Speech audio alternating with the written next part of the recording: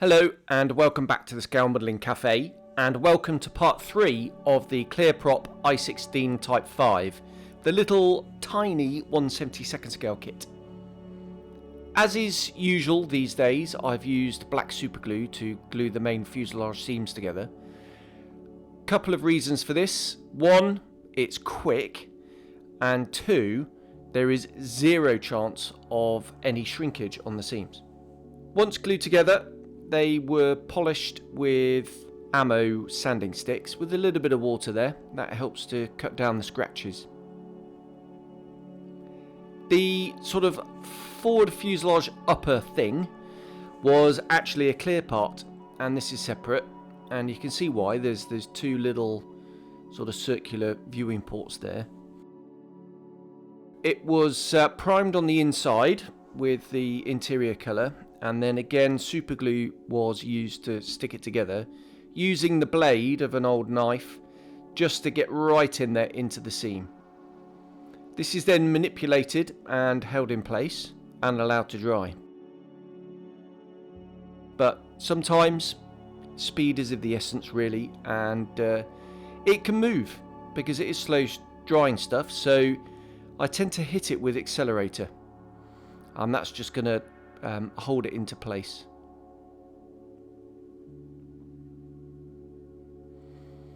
Once dry, which is literally seconds, we can go in with the sanding sticks again and just polish that seam away, and the fit is absolutely superb.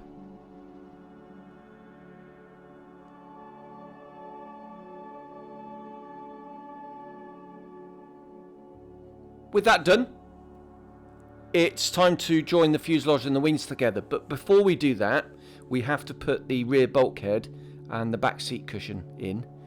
So you can see there, just going in with a little bit of liquid glue, and the seat harness, which is scratch built from lead foil, that's just bent up out of the way. Time for a test fit now, so you can see all the sort of structural gubbins and the seat pan. That all gets glued onto the wing, and during this test fit there was a little bit of an issue. It didn't quite fit properly, and I think it's my fault, and I'll show you how I fixed it in just a moment. The wings are glued together, and then I just used a little bit of filler over the join on the wingtip underneath. This is because it's just one piece, so it's just much easier to eliminate any potential join there with just a little bit of filler. Most of it actually gets sanded away. The fit is absolutely superb. And I'm using the ammo sanding sponges just because it all conforms really. And then the ammo sanding sticks just on the rear part. Again, eliminating all the seams. Looking at pictures, you can't see any seam lines at all. It was a sort of wooden and metal aeroplane, fabric, all sorts of different materials, and not too many panel lines, not too many metal panels.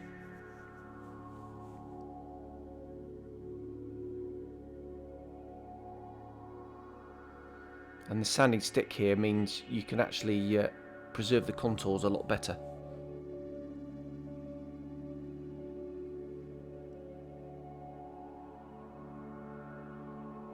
And you can see how little filler is left over. Right, I think the problem was on the sides there's little structural bits, so I cut them off and then I stuck them to the fuselage in their recesses where they're supposed to go, and then another dry fit with that done, and the fit is absolutely superb. So it was just held in place, and then just a tiny little bit of glue was just brushed over. I didn't use the coloured one this time, just the normal glue, and just a little bit of a swipe and job done. Silver ammo dry brush paint. So that was just dry brushed over the engine, which was painted in matte black, and that really lifts the detail, but to be honest, not a great deal is going to be seen. But it's really quite bright, And that's good, because it is a dark hole actually with tiny little sort of cooling bits. Now we work our way forward. So the engine is in place, and then these two side panels go in. So the top seam, I used the ubiquitous black super glue, and that's just so I can hit it with the accelerator, sand it down, and the seam just disappears. And then for the other contact bits, just at the back and on the wing root, it was your standard liquid glue. And then where it joins on the bottom, again with the black super glue, so we can just go in and sand that straight away, and there's going to be zero shrinkage. There is a panel line here. So using the RB Productions panel line saw, that was just opened up, and then using a trumpeter scriber, that was just drawn over there a few times. It's very, very fine, so not too much required. And then just a quick polish with the sanding pad, and then in with the liquid cement, and it just looks the same as the other moulded in panel lines. The fan goes on over the top. That had the dry brush technique done on it, and then this front cowl piece goes on, and this is really where I only had a little bit of trouble with the kit, in the fact it didn't really want to seat properly. So I went in there with the scalpel, removed a few bits, and that improved the fit much better. And just a little bit of liquid cement went on, but I did have a gap which was filled later. But what's really cool is if you don't glue the cooling shutter things, you can actually get in there with some fine tweezers and move it. It's a great way of masking off the engine, is just moving the cooling gills around. Well, not cooling gills, they're sort of shutters, aren't they? And they just move around and mask off the engine, ready for painting.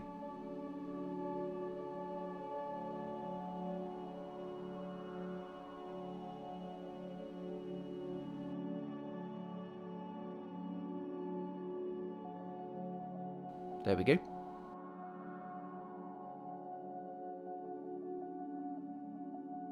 Belt and braces now, bit of filler, and again just to completely eliminate the seam. There were no gaps, it was literally just the sort of where you can see the witness marks from the glue, and the contours were slightly different. So I just added a fair amount of filler actually, way more than I needed, and it was just all polished back with the sanding sponges. Same for the wing roots, and you can see the tape there protecting the moulded in detail.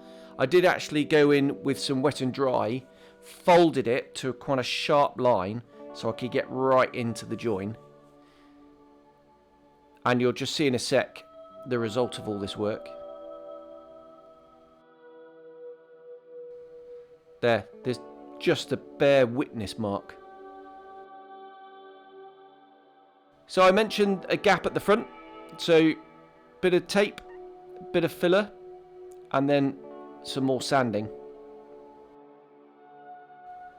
And that eliminates some of the really fine rivets, so back in with the rivet wheel, and we'll just go in and restore those.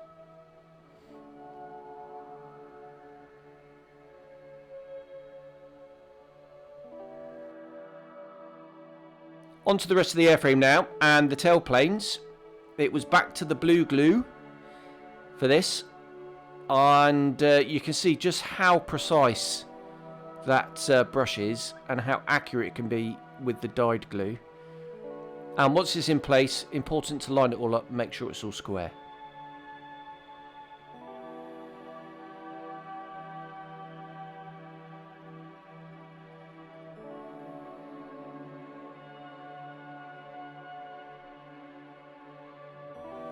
Flaps and ailerons, they would pretty much just clicked into place. The fit is absolutely superb. And again, in with the blue glue and just touching it in places, letting the capillary action draw it along, and then just backing it up with the brush all the way along the seam, and then turning it over and then doing the underside, and that seals it all in nicely. The door, I did it shut actually because it's as thick as the rest of the plastic, so I wanted it closed. And then this little sort of cooling widget thing, that took a little while to work out which way around that's supposed to go actually, but yeah, that just pops in. And the instructions called for a hole in the bottom, so I was brave, got out a big drill bit and drilled a big hole in the bottom. Something to do cooling or something, I don't know what. And then we're almost at the end, just the guns now. They come with their sort of shroud, but unfortunately the guns are so fine, I did end up snapping them off. So later on I replaced those with a little bit of brass tubing.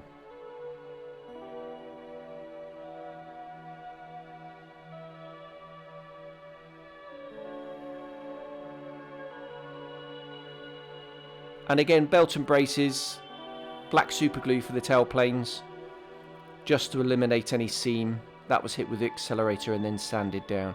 Just being very careful not to remove any of the lovely fabric detail.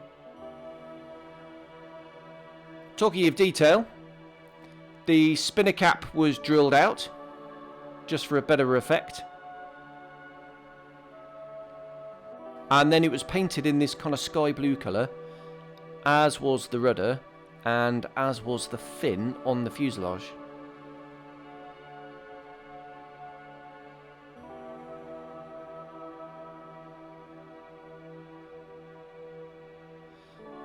This is the two-bladed prop. It was painted in aluminium first, masked off, and then black applied. So black on the front faces, and then half black, half metal on the rear faces. The undercarriage was really fiddly. As you can see, it's moving around. And I do think it's probably better off gluing this all up together, mounting it on the model. So I recommend you paint the model first and then glue the undercarriage afterwards. It really will help to line it all up. There's all sorts of pieces that go onto it, all sorts of angles. And I did get some of these undercarriage door parts slightly twisted off, which is a bit of a pain. That won't happen if you follow my advice and actually glue it onto the model as you're building the undercarriage up.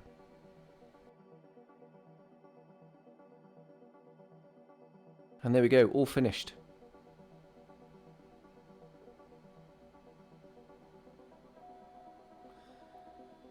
And the last little bit is just painting up the wheels. So it was painted the underside grey first, the masks put on, which I bought separately.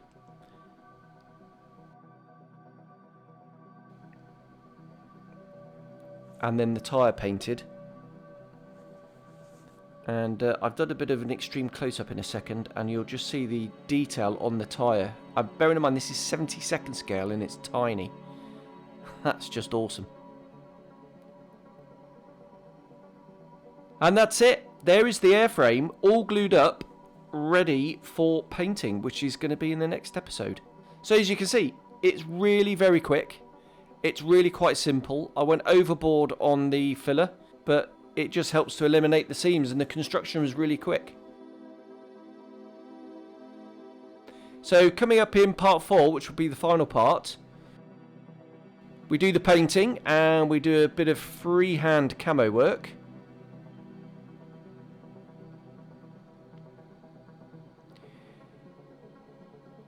We put 8 decals over some unnecessary gloss coat.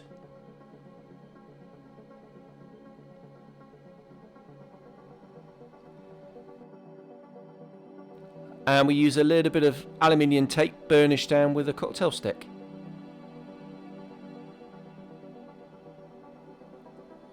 And then it'll be bringing everything together. So thanks very much for watching. And I'll see you on the final part, part 4 next time. Thanks very much. Bye-bye.